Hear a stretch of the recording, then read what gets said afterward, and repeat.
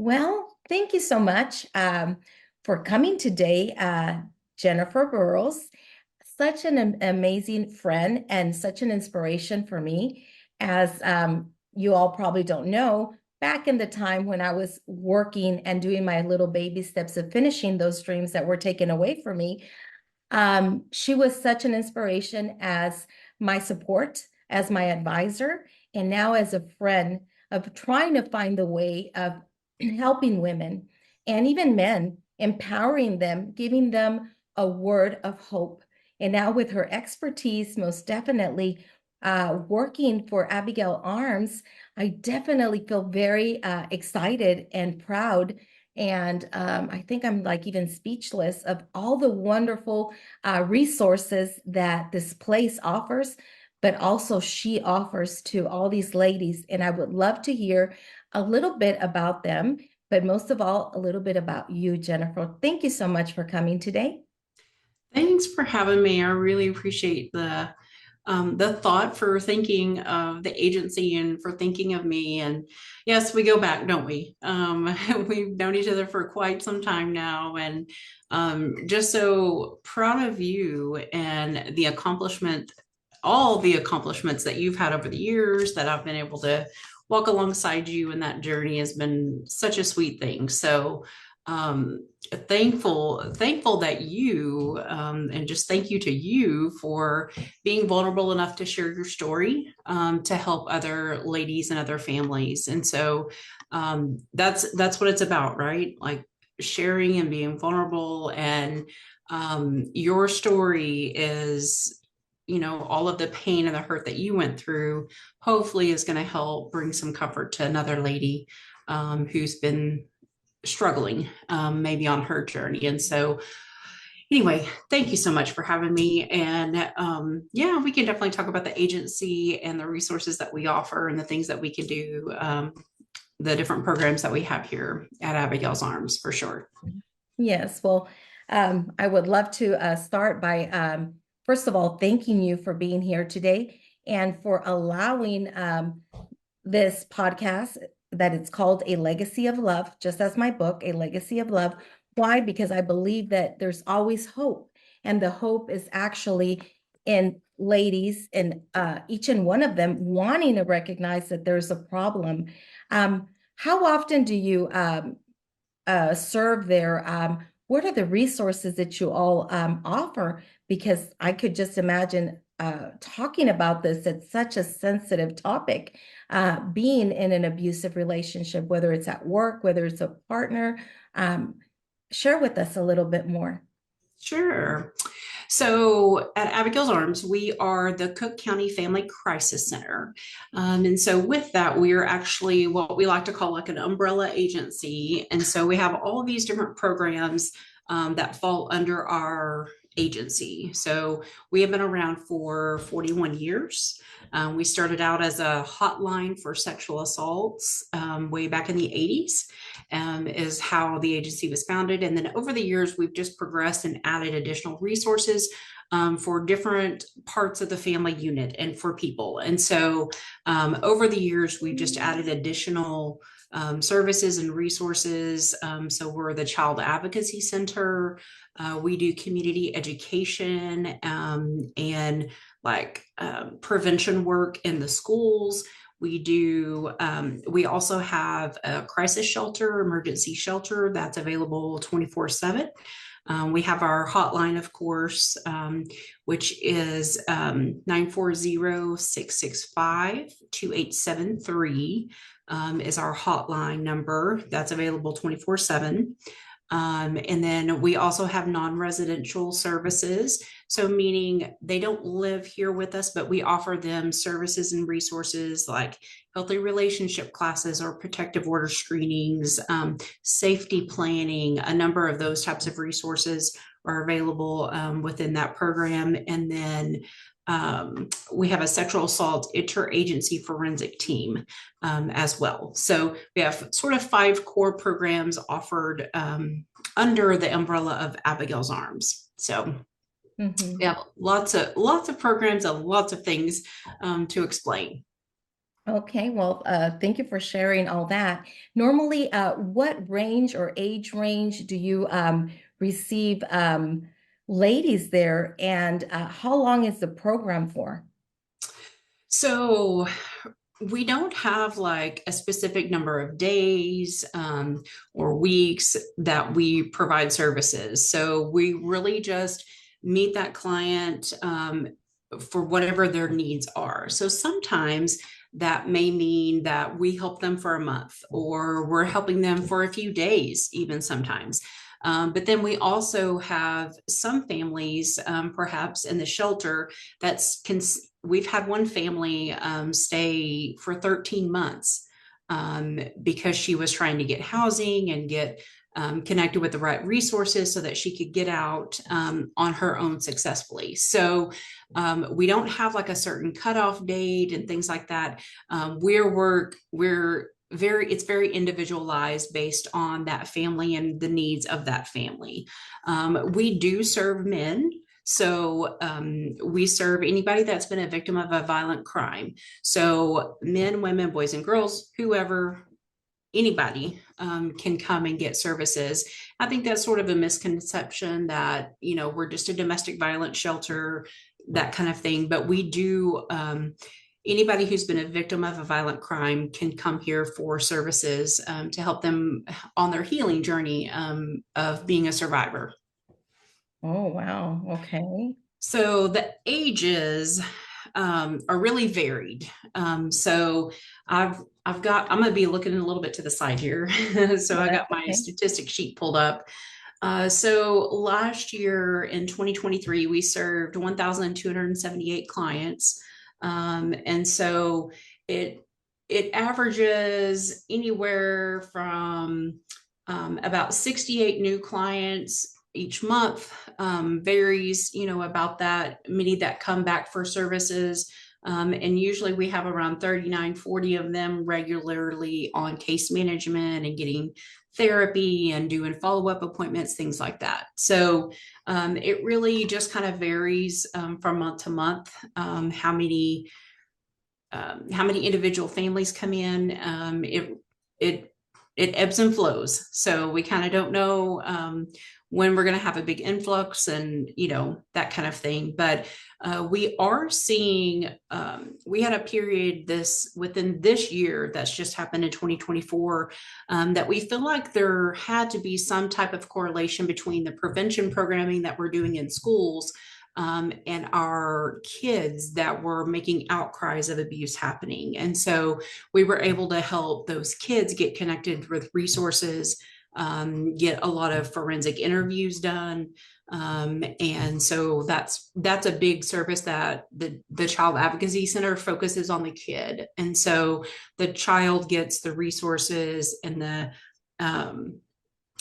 everything is directed in making sure that that kid is safe and has the resources that they need. And so in turn, we help the family, you know, the whole family unit in that process. But anyway, so we have lots of kids that we help. We have, I don't know, it's a variety. So it really just depends on the nature of who's coming in. Now we're in a rural county. So we're in rural North Texas. We're north of Denton, Dallas, Fort Worth area.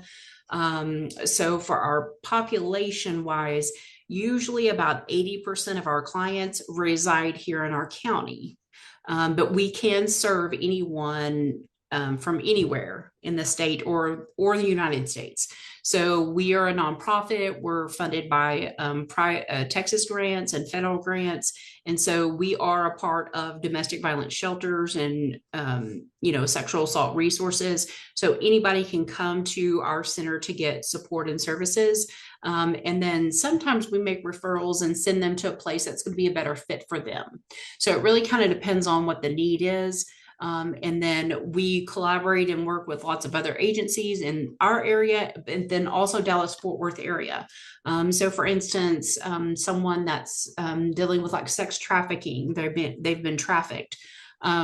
We we'll take them, bring them in, help them, but we're going to get them connected with the best resources for them. And so they need a much higher level of care, someone who's a survivor of trafficking. And so we will get them connected with a center that specifically helps a victim with those needs. And so we do lots of referrals and lots of connections with other agencies to get people the right resources that they need.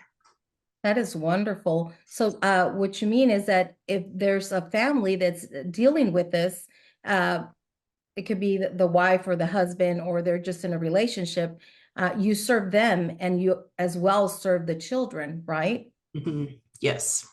Yeah. So initially, when we opened the shelter, it's actually been 10 years ago. We had a celebration in June because the shelter's been open for 10 years. Um, the the initial concept was we're helping the mom or the dad, and so by nature of helping them, then we're going to be helping the children, which happens. But there's also a level of care that kids need um, from the trauma that they witness and that they endure. And so we're able to help provide trauma counseling. We get them connected with a family advocate that is going to help maneuver all of the various things that happen. If there's a court case that comes up and there's trials, and working with the attorneys and working with the medical staff to make sure that their bodies are safe, all of those kind of things. So we have full services that encompass the child services. And so we make sure that that kiddo is taken care of and that the best support is given to that family for sure. Yeah, I would assume that after COVID and even during that time, all these percentages statistically have just gone up and up. I think, I don't know. I would like to have, your insight because I know that you're doing this at a regular basis, but that's just what I think. Because even driving out there, I've noticed that there's been a different change with a lot of people being very aggressive. So I would assume that statistically it has changed. Am I correct? Yeah, so it kind of ebbs and flows. We definitely we've seen an increase like over the past year. So we do statistics kind of in January. So from January to December is how we pull statistics. Um, and we had let's see, I pulled up my numbers. In 2021 we had three cases of, let's see, child sexual assault and physical assault in 2021. We had 8 cases in 2022. Then we had 26 cases in 2023. So there was a huge spike in that specific category. So it's called a dual. We call it like a kind of like a dual diagnosis. It's not diagnosis, but meaning two things are happening with that one family or that one instance. And so um, sort of we've sort of seen that trend almost across the board. So yeah, child physical assaults, we were at 149, then we went down to 83, back up to 147. So it kind of just ebbs and flows. But other child victimizations, we had 30, 20, 78. So yeah, I would say probably overall for the most part, we've seen it increase, which we we want the increase because we know the abuse is happening. So it's sort of that double edge. It's like, wow, we have lots of numbers, which is heartbreaking that we have numbers, but the more numbers that we have, then that way we know victims are becoming survivors and they're getting the resources and the help that they need. And so most of the time when a kid has been a victim of abuse or sexual assault, 90-ish% of the time, they don't tell anyone until they're about age in their 30s. Typically, they don't disclose that abuse to anyone. So it's very important to have prevention measures in place. And so that's really what my team does. I'm over our prevention team and going into the schools and having these difficult conversations with students So the state of Texas does require that schools be teaching and talking about dating violence and domestic violence and um, boundaries and consent and all of these things. And so, really, that's what our programming does. So, the schools are required to teach it, but your average math teacher, English teacher, they don't have the skill set or maybe not even the desire to have that conversation with their students. And so, my staff are prepared to go in and we deliver curriculums that are evidence based on having these conversations. So it's giving students a safe place to disclose things that have happened to them. And then that way we can support them and get them connected with resources. And so that's what we have seen happen is when my staff are there, students will say, I'm struggling with this, or this is what I'm seeing happen. And a lot of times it's just the education component because people don't always know, especially kids. They're living what we like to call their normal. So they're just living their day to day in their family, but they don't really realize that that's not a healthy relationship. That's not a healthy dynamic. And so that's a lot of what the prevention team does. And what I'm so passionate about is let's stop it before it even starts. And so that's where the prevention component is, and what I get so passionate about. Well, what I think is that it's amazing to see that we've actually, in a way, it's very sad, but then at the same time, it's great to be able to facilitate the help and the means for people and children to be healthy and to recognize what a healthy and an unhealthy relationship is. And back in my time, there was no resources. There was no way to talk. All this was very hidden, and you were not able to find the help and the support. And I think that this is wonderful what you all do, and being able to give those students and even adults the resources of the difference of a healthy and unhealthy relationship and how they could learn to thrive and be their very best version. And the only way is to recognize there's a problem. And I bet it must be very difficult because I was there one day, not only recognizing, but wanting to make the changes. What has been the most touching moment that you could remember as you're doing this? What has really opened your eyes or touched your heart? Because we're learning every day. I'm still learning about the topic as I have experienced that myself. Yeah. Let me share. I want to share couple quick stories that come to mind. This past semester, we had a student who was a freshman, so a ninth grade student, and my staff were giving a heads up like, hey, next week we're going to be talking about sexual assaults. And so we're just letting you know that we're going to be talking about this. And, just so it's not a complete surprise when you walk in. And anyway, so in the conversation, a student came up afterwards and said, I was sexually molested when I was younger. I came to the Child Advocacy Center. We had counseling, but I don't know why I'm still struggling with these things, And so in his mind, in his developmental stage of his mind is like, yes, I was abused. I took care of that. We got counseling. So why is it popping up now? Why am I still struggling with this? And so we were able to meet that student with providing that additional support and resource and care and for the need in that moment. And so that a lot of what we do is that educational component. Unfortunately, a lot of times trauma does kind of keep bubbling up over time. And so we think we deal with it, sometimes it's kind of like grief in a way that, the damage and the traumas happen, but it kind of keeps showing up over time, and different things will trigger it, and it comes up and you're like, where did this come from?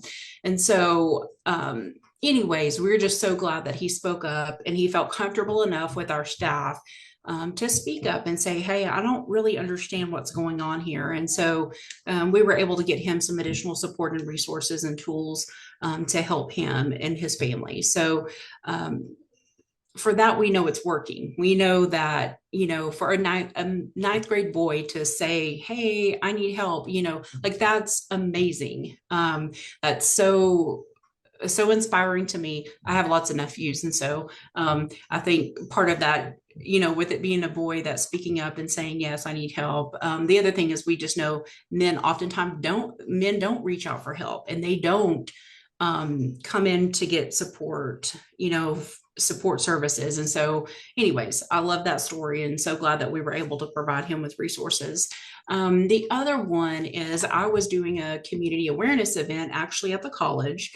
And so I was at a volleyball game and had just a display table set out front and was giving away, candy and whatever, to people coming in to watch the game. And there was a group of sixth grade girls who were on the volleyball team at one of the local ISDs.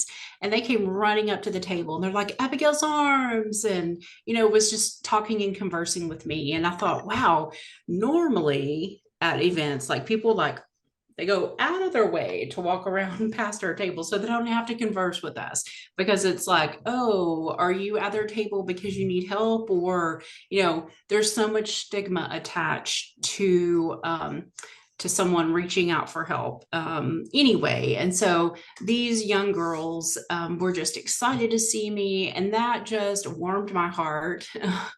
And I realized that we had spent the previous year with them as fifth graders, with our prevention programming. And so once a week, for about 12, 13 weeks, they were getting context, for talking about relationship dynamics and boundaries and communication and all these things. And they weren't afraid to come up. And so that's what prevention does, is instilling in a generation that there is help out here. You can ask for help.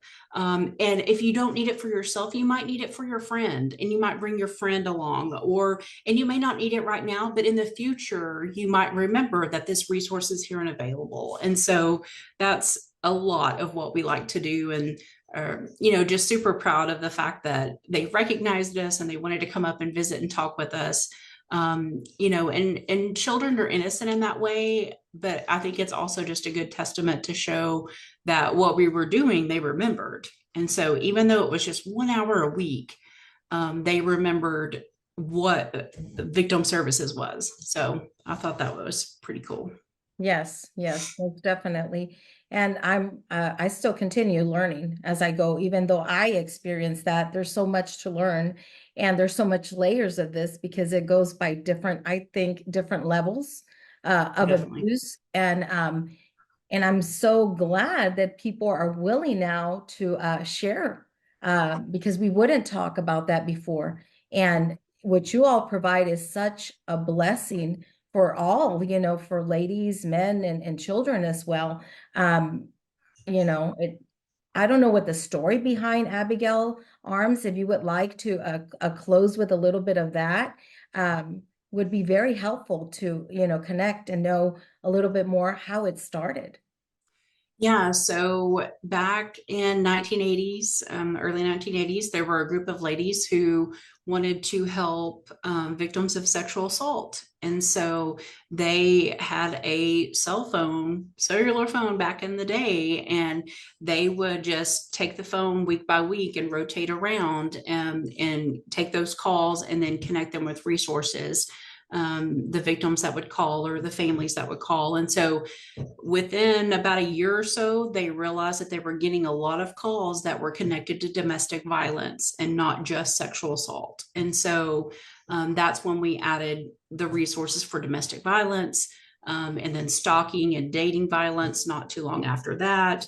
The shelter came about 10 years ago came the shelter. A couple of years after that was the Child Advocacy Center, to really bring in those specialized services. So used to, we would have, if there were a sexual assault going on, our residents from Cook County would have to go to Denton and Louisville to get a SANE exam, the sexual assault nursing exam that happens, to collect evidence. So we were able to bring those services here to residents here in Cook County. And so it's been a huge piece of the agency just really thriving over definitely the past, 15 years or so. We've really increased our services. So it used to be, it started out with a group of volunteers, and we have now 20 plus 23, 28 actual paid employees, and a hand of part-time employees as well. And then of course we also love our volunteers. So the grants, our grantors who send us money from the state and federal government, we have to have volunteers, and we have to have community partners, financial donors. We have to have all of those things. And so we're definitely blessed by our community. So actually the community here in Cook County built the shelter. So there was a big fundraising campaign. They raised almost that full $2 million to build the shelter. So it's out on 1600 North Aspen Street here in Gainesville. And so it's the address is open because it's hard to keep things private in rural areas. And so we just have a high level of security at our shelter. So lots of cameras.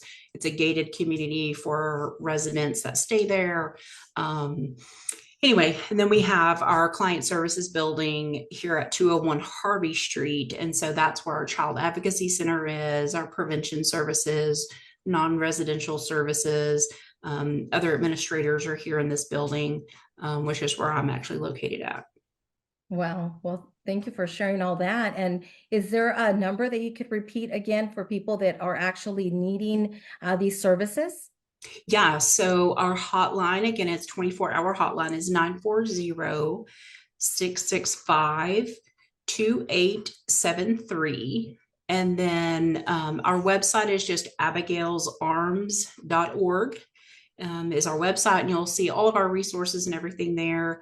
And so we're located up in Gainesville, Texas, which is in Cook County, north of Denton area. But we can serve a client from anywhere. So you don't have to be just a resident or a person here from Gainesville or Cook County to get services. Wow. Well, thank you so much. And I think that most definitely this is another of the many resources, that are there. We just need to be willing to go and ask and know that you're not the only one. I actually decided to come out and share my own story because someone needed to. And knowing that I'm not there anymore, and knowing that it's just so important to do so for the well-being of everyone, we need to share our own stories, because that will empower ladies, will empower families, whether it's a lady or a man. We need to definitely be aware and be very sensitive, because there's always those red flags that could actually help us to prevent this from happening, as you mentioned. And there's always a way of healing, but you have to be willing and opening yourself to that possibility. And it obviously, we're all in different stages. Some people want to face it, some people don't want to face it, but sooner or later, that's just going to delay the blessings of the healing. And I think that the sooner you are aware of that, and you are just fine with letting go, it's not okay. You're not the only one. Statistically, you have mentioned there's a lot of people that face this. And it's sad that it's been increasing, but at the same time, it is a blessing, because that way you know that these people are taking the steps that they need to be their best version. And I'm thankful for having you here today in this podcast. It's actually the second episode, and I know that there will be lots more, and a lot of people will find the healing, the resources, and most definitely that the guidance to find that connection to being their best. And if I was able to do it, most definitely, I think that everyone is able to do it, because you got to see where I was way before and where I'm at right now. Everything Right. has totally changed, and you know that it is possible.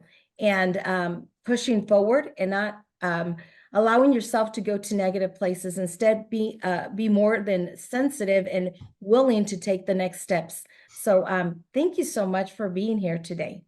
Yes, thanks for having me. I really appreciate your time. Oh, thank you. Thanks.